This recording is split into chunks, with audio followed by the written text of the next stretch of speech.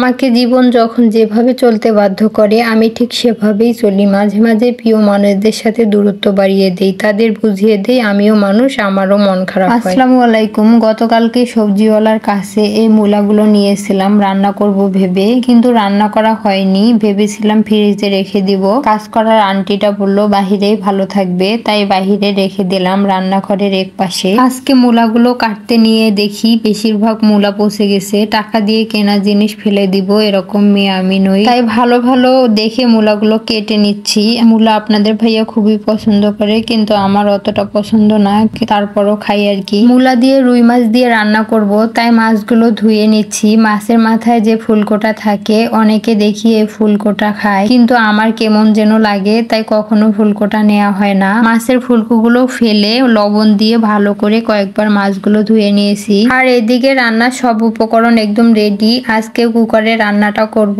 তাই আগে মূলা আলু সাথে সব মশলাগুলো পরিমাণ মতো দিয়ে ভালো করে হাতে মেখে পরিমাণ মতো পানি দিয়ে চুলাটা অন করে দিব। যেই হারে গ্যাসের দাম বেড়েই চলেছে, তাতে করে গ্যাসে সব রান্না করা অনেক ব্যয়বহুল। প্রতি মাসে একটা করে সিলিন্ডার নিতে হয়, আর এখন একটা সিলিন্ডার 1500 টাকা করে। তাতে করে কারেন্টে রান্না করা অনেক সাশ্রয় মনে হয় আমার কাছে। আমি তো পরীক্ষামূলক ভাবে 1 মাস পুরোটা সময় জুড়ে কারেন্টে রান্না করেছিলাম। আগস্ট মাস পুরোটা শুধু গ্যাসে ভাতটা প্রেসারে করে রান্না করেছিলাম। এতে করে দেখলাম আমাদের স্বাভাবিক প্রতি মাসে যে কারেন্ট বিলটা আসে, তার থেকে 300 টাকা বেশি বিল আসছে। হিসেব করে দেখলাম 1000 টাকার উপরে সেভ হয়, কিন্তু রান্নার মাঝে মাঝে কারেন্ট চলে যায় জন্য আমি আলসেমি করি, কুকারে রান্নাটা করি না। এরপর থেকে ভাবছি গ্যাসে রান্না কম করব, যখন করে কারেন্ট থাকবে না তখন করে গ্যাসে রান্না করব, আর বাকি সময় কারেন্টেই রান্না করব। এইদিকে কুকারে মূলা আলুর তরকারিটা উঠিয়ে দিয়েছি, আর অন্যদিকে গ্যাসে মাছটা ভেজে নিচ্ছি। মাছ ভাজা ছাড়া কাঁচা মাছ আমরা একদমই খেতে পারি না,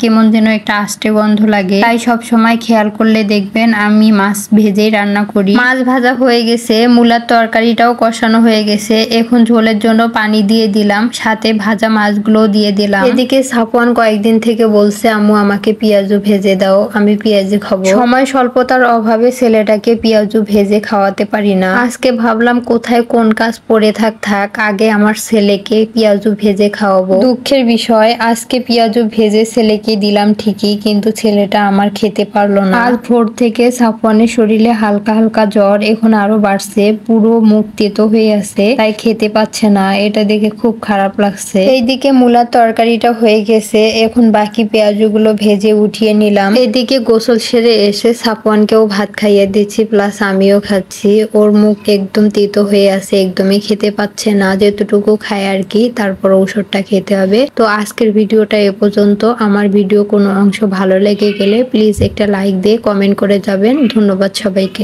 আসসালামু আলাইকুম।